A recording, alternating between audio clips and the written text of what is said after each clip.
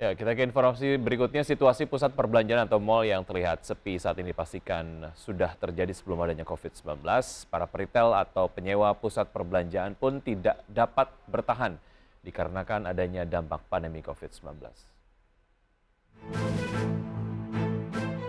Kalangan pengusaha yang tergabung dalam Himpunan Peritel dan Penyewa Pusat Perbelanjaan Indonesia atau HIPINDO menyatakan situasi pusat perbelanjaan atau mal yang terlihat sepi saat ini seyogyanya telah terjadi dari sebelum adanya pandemi COVID-19.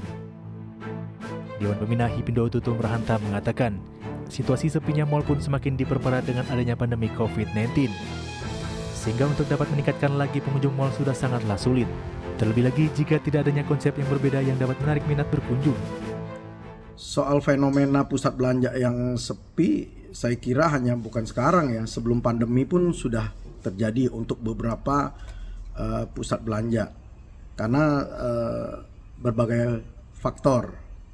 Nah, setelah pandemi ini saya kira itu hanya mempercepat saja karena memang aktivitas dan kegiatan masyarakat yang terbatas sehingga membuat pusat belanja on off tutup buka ya saya kira pasti mempengaruhi pendapatan dari si tenant-tenant. Tutum menambahkan pusat perbelanjaan yang sepi saat ini sangatlah berbeda dengan pusat perbelanjaan yang masih dapat bertahan di tengah hantaman COVID-19.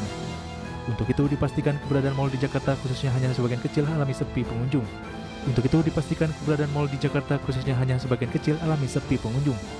Dari Jakarta, Ricky Anwardi, IDX Channel.